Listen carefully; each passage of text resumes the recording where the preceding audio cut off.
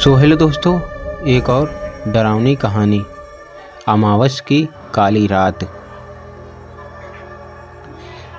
वह रात थी अमावस की रात। यह सोचकर तुम्हारे रोंगटे खड़े हो जाएंगे कि कहानी पढ़ते वक्त पीछे मत देखना, वरना खतरनाक हो सकता है। पीछे भूत भी हो सकता है। सोच लो, देखना मत। देखोगे तो डर जाओगे। मत देखो, मत देखो, मत देखो। चुपचाप कहानी सुनते रहो। कहा था देखना मत, देख लिया ना, कुछ भी नहीं हो सकता। मगर डरे ना किसी, इसी तरह के भय को ही डर कहते हैं। डर एक ऐसी चीज़ बनाई है भगवान ने कि पूछो मत। बस हम लोग डर के पीछे जीते जा रहे हैं। जाने कब यह डर खत्म होगा, शायद मरने के बाद। क्योंकि मरने के बाद तो सारे डर खत्म और खल्लास हो जाते हैं। देखो, यह सब बकवास है। बहुत हो गई यह डर की बातें। चलो कहानी सुन लो। जब यह कहानी सुनोगे, एक समय की बात है, अकालगढ़ में। मैं कभी भी अकाल नहीं पड़ा था, तब भी इसका नाम अकालगढ़ था। और अकालगढ़ अब पड़ता है, तब भी इसी गांव का नाम अकालगढ़ है। इस गांव के अकाल पड़ने की भी एक कहानी है। क्या यह कहानी मैं बताऊं?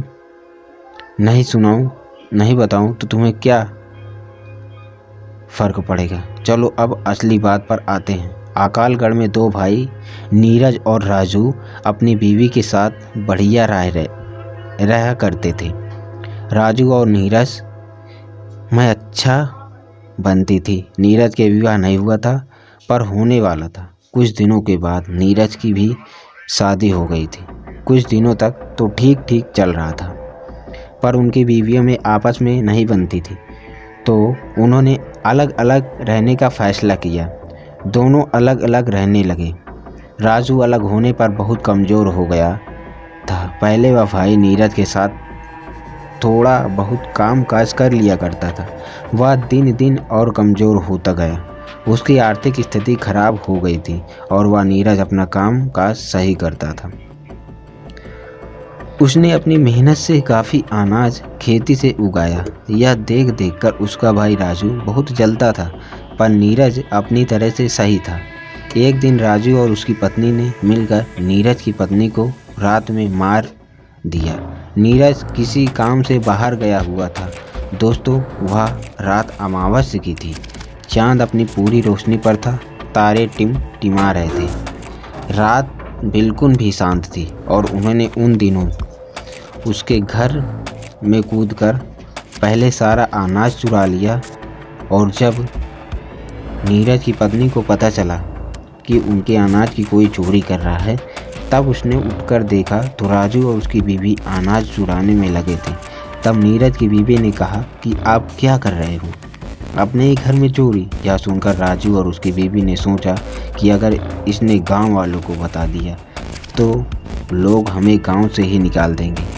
इस डर के मारे उन्होंने उसकी पत्नी को मार डाला और दूर जंगल में गड़ के आ गए। सुबह जब नीरज घर पहुंचा तो देखा कि उसका अनाज नहीं था। थोड़ा बहुत बचा था, वह बिखरा पड़ा था।